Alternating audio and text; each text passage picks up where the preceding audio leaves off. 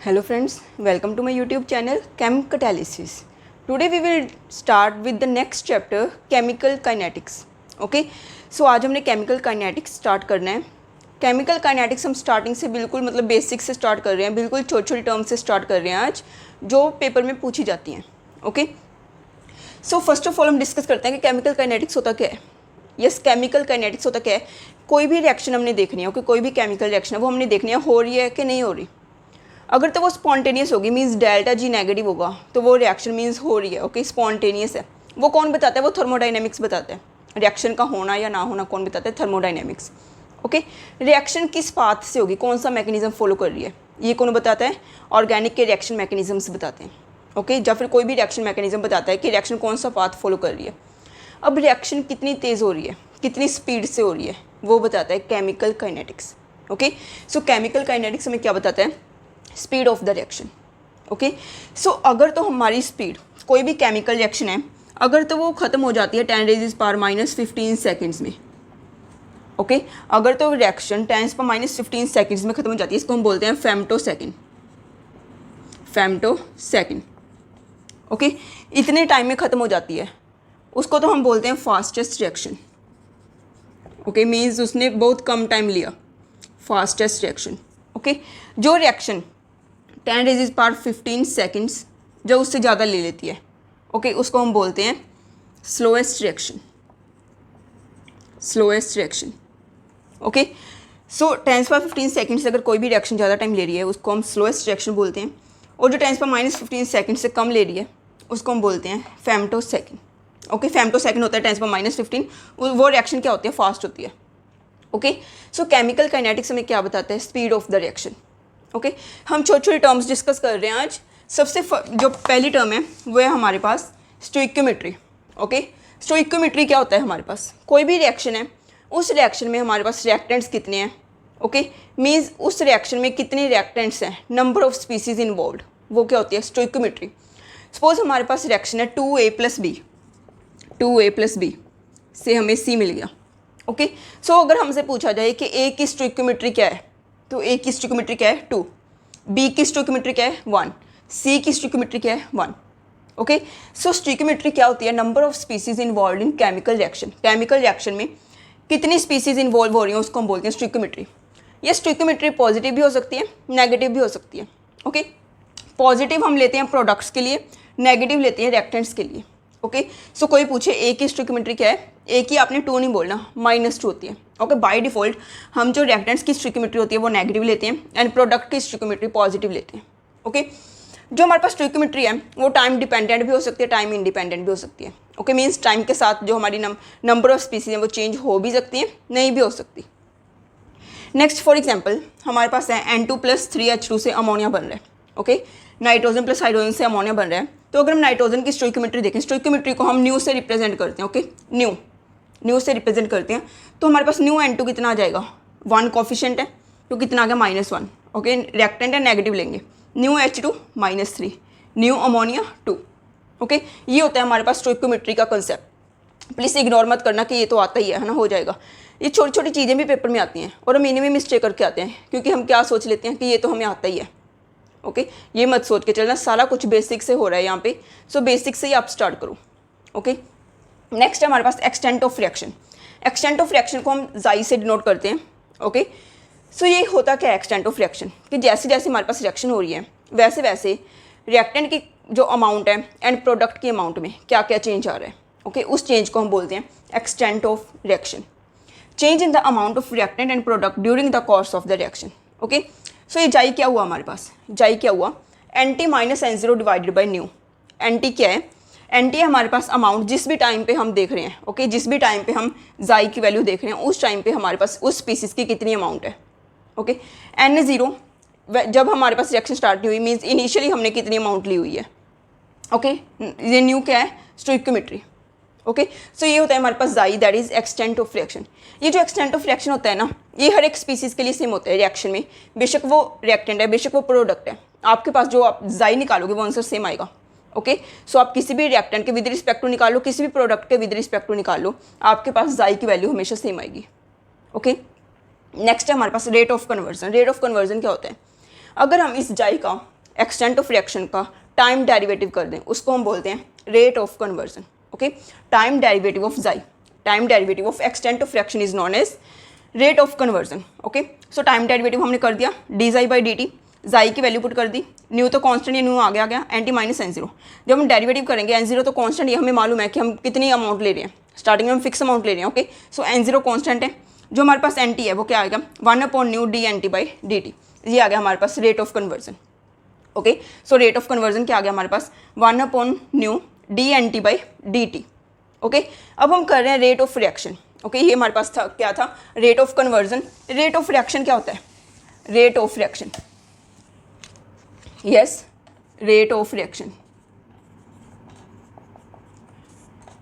Rate of reaction क्या होता है कि अगर हम इसको, ये जो रेट ऑफ कन्वर्जन है इसको हम वॉल्यूम से डिवाइड कर दें, वो हमारे पास आ जाता है rate of conversion. Okay, so हम क्या लिख सकते हैं, rate of conversion, rate of conversion divided by volume, divided by volume is called rate of reaction. Okay, so ये क्या आ जाएगा हमारे पास रेट ऑफ रिएक्शन। सो ये किसके इक्वल आ गया, आर किसके इक्वल आ गया rate of reaction 1/v d जाई by D T. Okay, d जाई बाई डी टी था ना हमारे पास रेट ऑफ कन्वर्जन, सो हमने यहाँ पे पुट कर दिया।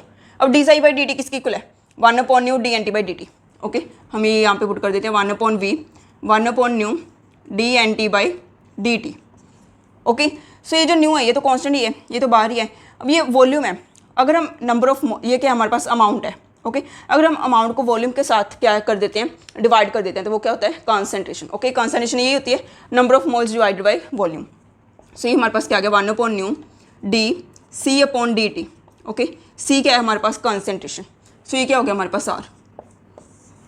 रेट ऑफ रिएक्शन किसके इक्वल आ गया 1/न्यू d C by D T.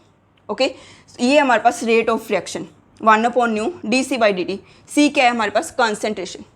Okay, so अगर हमने निकालना है rate of reaction N2 + 3H2 से ammonia.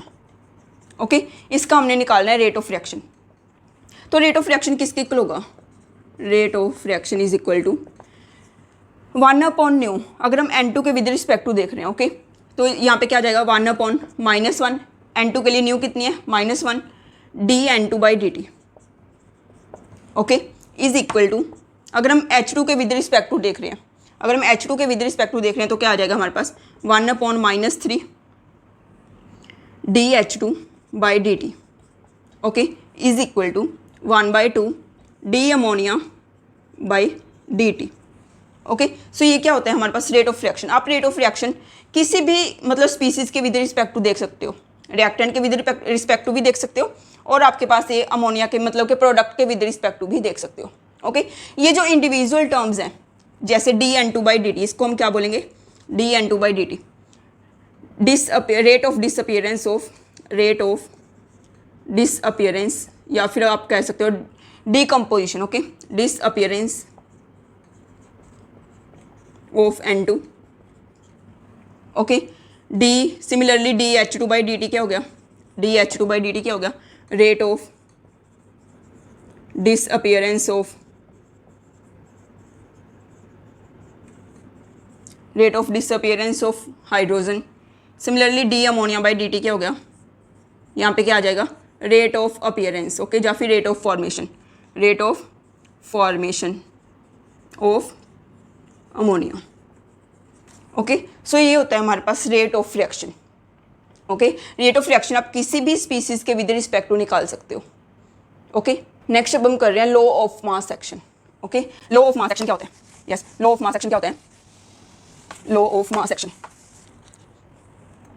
Law of mass action, law of mass action हमें क्या बताता है कि जो हमारा रेट है, ओके, रेट किसके डायरेक्टली प्रोपोर्शनल होगा, concentration of the reacting species, concentration of reacting species, concentration of reacting species raise to power, जो भी कॉन्सेंट्रेशन होगी ना उसकी हम पावर कर देंगे raise to power their stoichiometric coefficient. Okay, जो भी उनके स्टोइकोमेट्रिक कोफिशिएंट होते हैं उसको हम पावर में कर देंगे। ओके, वो होता है हमारे पास रेट। अब इस रेट, ये जो प्रोपोर्शनैलिटी कांस्टेंट है, इसको हटाने के लिए हम क्या करते हैं, रेट इज इक्वल टू, हम एक कांस्टेंट लगा देते हैं के इंटू कॉन्सेंट्रेशन। ओके, सो ये के क्या है हमारे पास, rate constant, rate constant. Okay, suppose हमारे पास एन ए मिल के बी बना रहे हैं। ओके, सो इस रिएक्शन का अगर हम रेट निकालें तो रेट क्या होगा, k into A raise to power n. Okay, k into A raise to power n. N क्या है हमारे पास, ऑर्डर, एन को हम क्या बोलते हैं, order. Okay, n is the order of the reaction. Okay, अगर हमारे पास सपोज कोई भी एग्जांपल है, 2a प्लस बी से हमारे पास सी बन रहा है। ओके, यहाँ पे हम स्मॉल ए ले लेते हैं, small A capital A plus B B से सी बन रहा है। ओके, अगर हम इसका रेट लिखें तो रेट किसके इक्वल आ जाएगा, k A raise to power a B raise to power b. Okay, so अगर हम लिखें अब ऑर्डर, ऑर्डर जो ए है, स्मॉल ए है, वो किसका ऑर्डर है, order with respect to A. जो बी है, बी किसका है, order with respect to B. Okay, अगर हम ए प्लस बी कर दें, दोनों का सम कर दें, वो क्या आ जाएगा हमारे पास, overall order, overall order. Okay, overall order आ जाएगा, पूरी रिएक्शन का ऑर्डर आ जाएगा। ये जो ऑर्डर है, अब ये जो एन है, ये स्टोइकोमेट्री के इक्वल हो भी सकता है, नहीं भी हो सकता। ये जो हमने लिखा है ऑर्डर रेज टू पावर किया है, ये इस स्टोइकोमेट्री के इक्वल हो भी सकते हैं, नहीं भी हो सकता। ओके, जो हमारे पास एलिमेंट्री रिएक्शन होती हैं, एलिमेंट्री रिएक्शंस कौन सी होती हैं, जिनमें सिर्फ एक ही स्टेप होता है, एक ही स्टेप की रिएक्शंस होती हैं, उसको हम एलिमेंट्री रिएक्शंस बोलते हैं। ओके, उस केस में जो ऑर्डर होता है हमारा, order is equal to stoichiometry. Okay, जो हमारा ऑर्डर होता है वो स्टोइकोमेट्री के इक्वल होता है एलिमेंट्री रिएक्शंस में। बट अगर हमारे पास जो रिएक्शन है वो कंपोजिट रिएक्शन है, कंपोजिट रिएक्शंस कौन सी होती हैं, जो दो से ज़्यादा रिएक्शन से मिलकर बनी हो। ओके, उस केस में जो हमारा ऑर्डर है वो ज़रूरी नहीं है। ओके, मे और मे नॉट बी, मे और may not be equal to stoichiometry. Okay, जो हमारा ऑर्डर होगा वो इक्वल हो भी सकता है, नहीं भी हो सकता। जो ऑर्डर होता है ना, ये क्या है, एक्सपेरिमेंटली डिटर्मिन क्वांटिटी है, experimentally determine quantity. Okay, experimentally determined quantity है ये एक्सपेरिमेंटली डिटर्मिन होती है। ओके, सो एलिमेंट्री रिएक्शन के लिए ऑर्डर स्टोइकोमेट्री के इक्वल होगा, बट कंपोजिट रिएक्शन के लिए हो भी सकता है, नहीं भी हो सकता। ओके, इसको हम के को बोलते हैं रेट कांस्टेंट। अगर हम के की यूनिट्स देखें, ओके, अगर हम के की यूनिट्स देखें तो के की यूनिट्स क्या होंगी, यस, रेट किसके इक्वल आ गया हमारे पास, k into concentration raise to power n. Okay, इसके इक्वल आ गया हमारे पास रेट। और रेट किसके इक्वल होता है, कॉन्सेंट्रेशन अपॉन टाइम, हमने पहले देखा ही है। रेट किसके इक्वल होता है, concentration upon time is equal to k into concentration raise to power n. Okay, so अगर हम के की यूनिट्स निकालें, इधर कॉन्सेंट्रेशन डिवाइड में आ जाएगा, के किसके इक्वल आ जाएगा, concentration raise to power 1 minus n divided by time. Okay, अब देखो कॉन्सेंट्रेशन की यूनिट्स क्या होती है, मोल पर लीटर। ओके, मोल पर लीटर डिवाइडेड बाई टाइम इसकी पावर 1 माइनस एन। ओके, अगर हम इसको मतलब कि रिवर्स कर दें, ओके, वो क्या बन जाएगा, litre per mole. Okay, litre per mole raise to power n minus 1 second inverse. Okay, means litre per mole raise to power n minus 1 per second. ये क्या होता है हमारे पास, के की यूनिट्स। ओके, काफ़ी क्वेश्चंस आए हुए हैं इस पर। आपको क्या दे देते हैं, आपको रेट कांस्टेंट दे देते हैं। ओके, साथ में उसकी यूनिट्स भी लिखी होंगी, तो वो आपको बताते हैं कि आप मतलब आपसे पूछते हैं कि इस रिएक्शन का ऑर्डर क्या है, तो वो आप कैसे निकालोगे, आप उसकी यूनिट से कंपेयर करोगे और आप वहाँ से एन की वैल्यू निकाल लोगे। एन क्या है हमारे पास, ऑर्डर। ओके, सो इसको याद कैसे रखना है, इसको याद कैसे रखना है, ABC तो हमें आती है। ओके, ये क्या आता है, आपने लिखना है L, फिर लिखना है M, फिर लिखना है N, दूर दूर जाके S आ गया, -1 यहाँ पे लगा दो, -1 यहाँ पे लगा दो। ओके, सो ये हमारे पास होता है के की units litre per mole raise to power n minus 1 per second. Okay, इसके बेस्ड हम न्यूमेरिकल देखेंगे बाद में। सो ये सारा हमारे पास होता है law of mass action. Okay, law of mass action हमने देखा, फिर हमने रेट से के की यूनिट्स निकाली। ओके, अब देखो जैसे हमारे पास कोई भी रिएक्शन है, हम कोई भी रिएक्शन लेते हैं, सपोज हमने लिया है 2a प्लस बी से c बन रहे हैं। ओके, सो अगर हम रेट लिखें, इस रिएक्शन का रेट लिखें, ओके, पहले हम इंडिविजुअल टर्म्स का लिख रहे हैं रेट, इंडिविजुअल टर्म्स के विद रिस्पेक्ट टू, तो क्या हो जाएगा, -1/2 dA upon dt is equal to minus dB by dt is equal to dC by dt। Okay इसको लिखने की इतनी ज़्यादा प्रैक्टिस कर लो कि आपको देख के बिल्कुल भी टाइम ना लगे। ओके इज इक्वल टू, अगर हम लॉ ऑफ मास एक्शन की मतलब कि जो हमने किया है लॉ ऑफ मास एक्शन उसके टर्म्स में लिखें तो रेट किसके इक्वल होता है, k concentration raise to power their stoichiometric coefficient. Okay k A square into B. इस पूरी इक्वेशन को हम बोलते हैं rate law equation, rate law equation. Okay इस पूरी इक्वेशन को हम बोलते हैं रेट लॉ इक्वेशन। ओके अब हम कर रहे हैं double logarithmic plot, double logarithmic plot. Okay जैसे देखो हमने किया कि जो हमारे पास रेट है, सपोज हम जा रहे हैं एन ए से बी जा रहे हैं। ओके सो जो रेट होगा हमारे पास रेट किसके इक्वल होगा, रेट किसके इक्वल होगा, k into A raise to power n. Okay so अगर हम दोनों तरफ लॉग ले लें तो क्या होगा, log are is equal to log k plus n log A. Okay log are is equal to log k plus n log ए।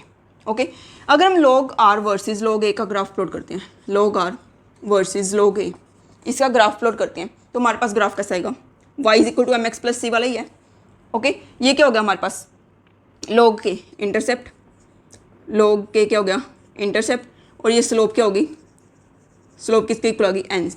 अगर आपको ग्राफ दिया हुआ है तो आपको मतलब ऑर्डर पूछ सकते हैं। ओके ऑर्डर पूछ सकते हैं कि इस रिएक्शन का ऑर्डर क्या है, तो वो ऑर्डर क्या होगा, इस रिएक्शन की इस मतलब ग्राफ की स्लोप होगी। ओके सो अगर आपने यहाँ से क्या निकालना है, आपका रेट कांस्टेंट निकालना है तो वो क्या होगा, इंटरसेप्ट होगा। ओके सो जो भी ग्राफ है ना उसको तो दिमाग में रखो। Okay log are is equal to log k plus n log A. Okay अब एक ना होता है डिफरेंशिएटेड रेट लो, एक होता है integrated rate law. Okay differentiated rate law and integrated rate law. अगर तो आपको n की वैल्यू पता है, ओके अगर आपको n की वैल्यू पता है, इफ़ n इज़ नॉन, अगर n की वैल्यू पता है तो जो इंटीग्रेटेड रेट लो होता है ना वो बढ़िया होता है, integrated rate low is better.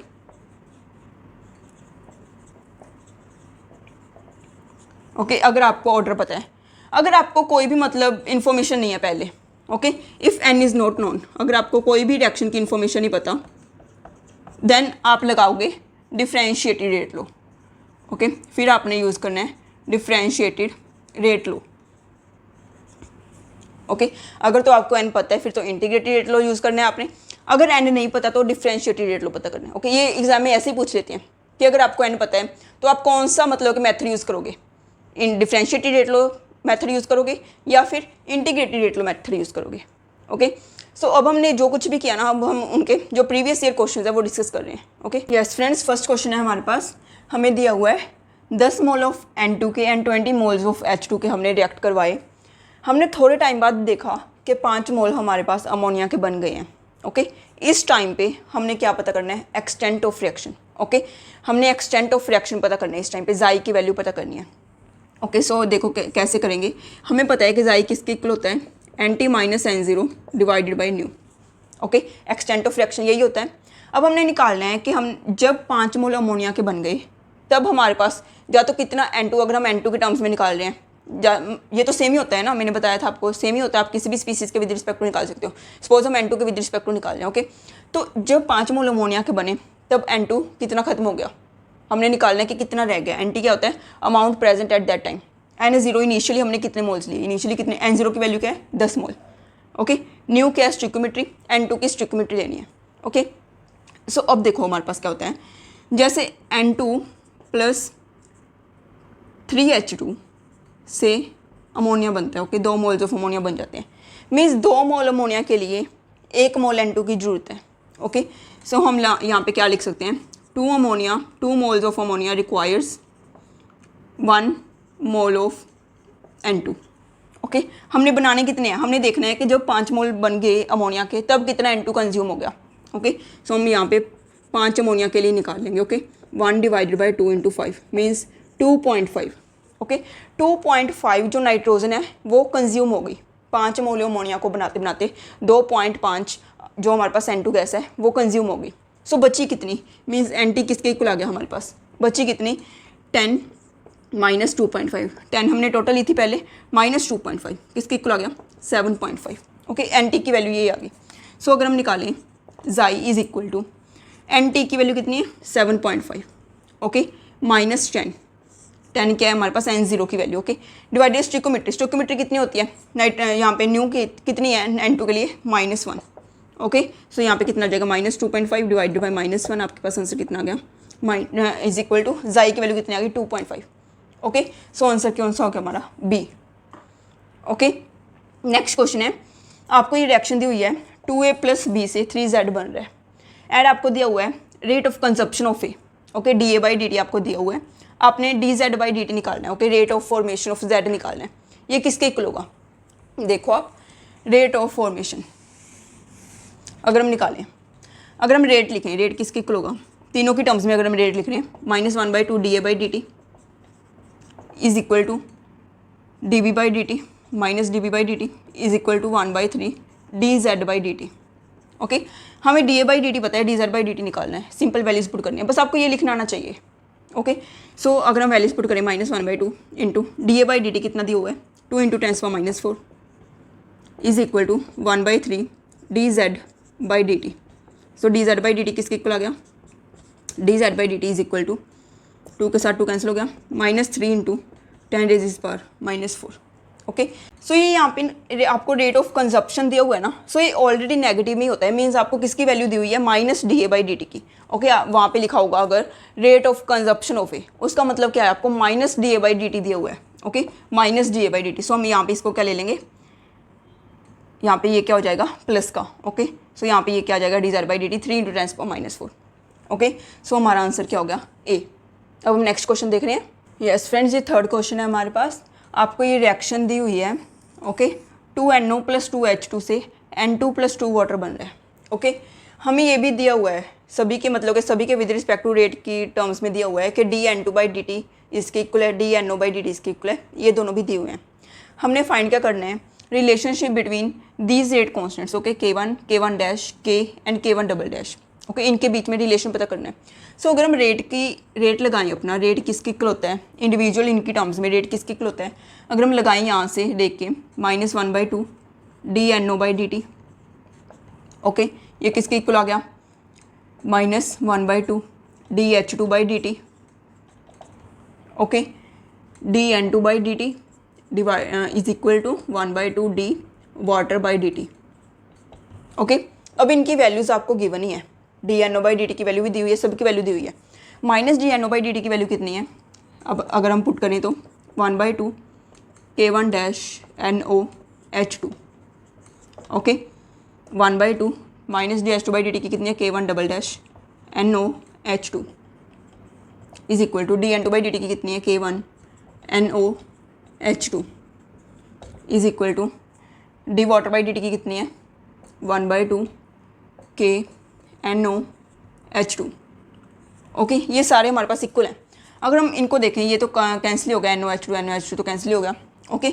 सो अगर हम 2 को भी मतलब 2 से मल्टीप्लाई कर दो होल इक्वेशन को, तो ये यहाँ पे 2 कैंसिल हो जाएगा, यहाँ पे 2 आ जाएगा अकेला, ओके, यहाँ पे भी 2 कैंसिल हो जाएगा, मीन्स जो k1 डैश है वो k1 डबल डैश की इक्वल है, 2k1 is equal to k, okay. हमारे पास ये रिलेशन आ रहा है, k1 dash is equal to k1 double dash is equal to 2k1 is equal to k। ये ऑप्शन देख लो आप कहाँ पे आ रहा है, 2k1 होना चाहिए हमारे पास, ये आ गया, okay. So B option is correct, okay.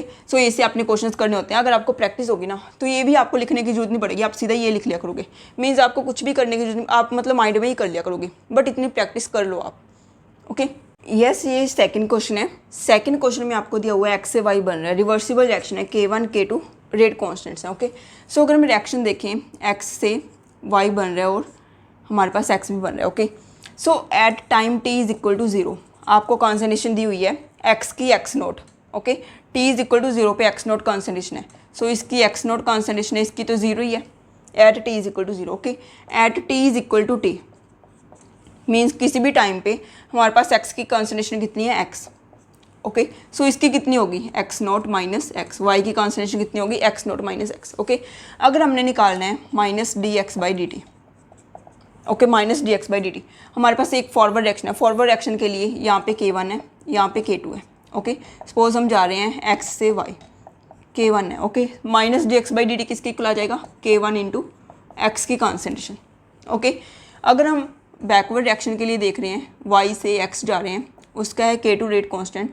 सो यहाँ पे dx/dt किसके इक्वल आ जाएगा, K2 इंटू वाई की कॉन्सेंट्रेशन। ओके, सो अगर हम यहाँ से ओवरऑल माइनस dx/dt देखें तो कितना आ जाएगा, K1 into x minus K2 into y. यहाँ पे पॉजिटिव का है, नेगेटिव साइन लगा लिया हमने, वो कितना का minus K2y। Okay, K1x, y की कॉन्सेंट्रेशन कितनी है K2, y की कॉन्सेंट्रेशन कितनी है x0 माइनस एक्स। ओके, सो इसको आप सोल्व करो, K1 into x minus K2 into x0 minus K2 into x. Okay, K1 minus K2 into x minus K2 into x0, यहाँ पे क्या आ जाएगा, प्लस का साइन। ओके, सो हमारे पास क्या आ गया, K1 plus K2 into x minus K2 x0। So ये कौन सी ऑप्शन है, B option. Okay, minus dx/dt किसके इक्वल आ गया, K1 plus K2 into x minus K2 into x0। Okay, अब हम कर रहे हैं नेक्स्ट क्वेश्चन। यस फ्रेंड्स, अब देखो आपको फिफ्थ क्वेश्चन में क्या दिया हुआ है। फिफ्थ क्वेश्चन में आपको ये रिएक्शन दी हुई है 2a प्लस बी से C प्लस 2d बन रहा है। ओके, आपको दिया हुआ है कि this reaction is first order in A and also first order in B। तो आपने बताना है कि इस रिएक्शन का रेट क्या होगा। ओके, हम क्या करते हैं, हम रेट पढ़ लेते हैं कि रेट पूछा हुआ है और हम रिएक्शन देख लेते हैं। ओके, सो इस रिएक्शन को देख के हम रेट क्या बताएंगे, A का square into B. Okay, means हम A फर्स्ट ऑप्शन करेक्ट कर देंगे, और पढ़ी भी यहाँ पे फर्स्ट ऑप्शन ही है, हम बिना देखे करेक्ट कर देंगे। बट आपको यहाँ पे स्पेशल गिवन है, reaction is first order in A, first order in B। ए में भी फर्स्ट ऑर्डर है, बी में भी फर्स्ट ऑर्डर। ओके, ये कोई ज़रूरी नहीं होता कि जो मतलब रिएक्शन में दी हुई है स्टोइकियोमेट्री उसके इक्वल ही हो ऑर्डर, ये मैंने आपको पहले बता दिया वीडियो में। सो इसका जो रेट है वो किसके इक्वल आ जाएगा, के ए की पावर 1 बी की power 1। Okay, first order in A and first order in B. Okay, देखो कितना आसान क्वेश्चन है, बट ये भी गलत हो जाता है अगर हम क्वेश्चन ध्यान से नहीं पढ़ते। नेक्स्ट क्वेश्चन, सिक्स क्वेश्चन में आपको दिया हुआ है, ये दोनों रिएक्शंस दी हुई हैं। ओके, ये रिवर्सिबल है और ये भी एक रिएक्शन है, बी से सी बन रहा है। आपको dB/dt निकालना है। ओके, dB/dt निकालना है। सो अगर आप देखो यहाँ से आप dB/dt निकालो तो क्या आ जाएगा, dB/dt। अगर आप फॉरवर्ड स्टेप देख रहे हो तो वहाँ पे dB/dt किसके इक्वल आ जाएगा, यहाँ पे 1/2 आएगा, बिकॉज हम क्या देख रहे हैं, फर्स्ट फॉरवर्ड स्टेप देख रहे हैं। 1/2 dB/dt is equal to K1 into A. Okay, अगर हम रिवर्स वाला स्टेप देख रहे हैं तो dB/dt किसके इक्वल आ जाएगा, dB/dt। यहाँ पे 1/2 तो आएगा ही, साथ में माइनस का आएगा, क्योंकि अब अगर हम रिवर्स देख रहे हैं तो मीन्स ये रिएक्टेंट का काम कर रहा है। ओके, सो माइनस 1/2 dB/dt किसके इक्वल आ जाएगा, K-1 B का स्क्वायर। ये रिवर्स स्टेप के लिए, ओके, बैकवर्ड रिएक्शन के लिए, तब B क्या है, एज अ रिएक्टेंट काम कर रहा है। अगर हम इस रिएक्शन का देख रहे हैं, इस रिएक्शन के लिए dB/dt किसके इक्वल आ गया, K2 into B, K2 into B की कॉन्सेंट्रेशन। ओके, सो हमने dB/dt निकालना है। ओके, dB/dt कितना आ जाएगा, dB/dt अगर हम ओवरऑल dB/dt निकालें तो वो कितना आ जाएगा, यहाँ से dB/dt कितना आया, 2K1A। ओके, यहाँ से dB/dt कितना आया, minus 2K-1 B square. Okay, यहाँ पे क्या आएगा, माइनस आएगा, क्योंकि ये रिएक्टेंट में है dB। ओके, B क्या है, रिएक्टेंट में है। सो यहाँ से हमारे पास dB/dt कितना आ जाएगा, माइनस K2B। ओके, सो ये आपका क्या हो जाएगा, आंसर। ये ना मतलब आपको ये लिखने की भी ज़रूरत नहीं पड़ेगी, ये जो मैंने लिखा है ना dB/dt, इसके लिए बैकवर्ड स्टेप के लिए, इसके लिए ये भी लिखने की जरूरत नहीं पड़ेगी। आप इतनी ज़्यादा प्रैक्टिस कर लो, आपको देख के ही पता चल जाएगा। सपोज आपने ना सीधा ही लिखना है, इन दोनों रिएक्शंस को देख के लिखना है सीधा। तो आप कैसे देखोगे, पहले आप देखोगे फॉरवर्ड रिएक्शन। फॉरवर्ड रिएक्शन में बी क्या है, प्रोडक्ट है, मीन्स पॉजिटिव साइन आएगा। आगे 2 है तो 2 आएगा, 2K1A। Okay, minus 2K-1, because हम बैकवर्ड रिएक्शन जा रहे हैं, बी क्या रिएक्टेंट बन जाएगा, तो माइनस का साइन आ गया। ओके, बी स्क्वायर आएगा क्योंकि बी के 2 मोल्स हैं यहाँ पे, माइनस, ये माइनस क्यों आया, क्योंकि बी क्या रिएक्टेंट में है। रेट कांस्टेंट क्या है, K2 इंटू कॉन्सेंट्रेशन बी की। ओके, जो भी रिएक्टेंट की कॉन्सेंट्रेशन होती है हम वही लेते हैं। सो ये ना आप बिना देखे भी, मतलब ये कुछ आपको ना लिखने की ज़रूरत नहीं पड़ेगी अगर आपकी प्रैक्टिस होगी। सो मैं तभी बोल रही हूँ कि आप कॉपी उठाओ, पेन उठाओ, साथ साथ खुद करके देखो, इतनी ज़्यादा प्रैक्टिस कर लो, अपने आप इक्वेशंस डालते जाओ, उसके रेट लिखते जाओ। ओके, आपकी प्रैक्टिस हो जाएगी। सो आपका जो आंसर है वो क्या आ गया, बी ऑप्शन। ओके, ये नेट 2015 में आया हुआ है। नेक्स्ट ये हमारे पास क्वेश्चन है, इसमें आपको ये रिएक्शन दी हुई है 2NO2F से 2NO2 + F2 बन रहा है। ओके, इसके लिए रेट आपको ये दिया हुआ है K × NO2F। अगर हम इसको देखें तो रेट क्या बनना चाहिए, NO2F⁴, बट रेट इन्होंने ये दिया हुआ है। ओके, देन इन्होंने पूछा हुआ है कि rate determining step consisting with the rate law. अगर हम इस रेट लॉ को देखें, इस रेट को देखें तो हम मतलब कौन सा इनमें से, इन चारों में से कौन सा होगा रेट डिटर्मिनिंग स्टेप।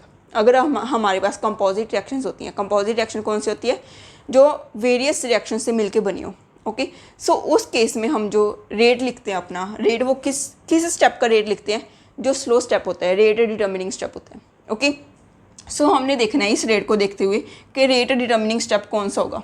अगर हम इसको देखें तो NO2F का स्क्वायर आएगा, अगर इसको देखें तो NO2F आएगा, इसको देखें NO2F भी आएगा, F भी आएगा कॉन्सेंट्रेशन में, यहाँ पे भी NO2 आएगा एंड F आएगा। सो कौन सा ऑप्शन करेक्ट हो गया, C, NO2F ही आना चाहिए अकेला।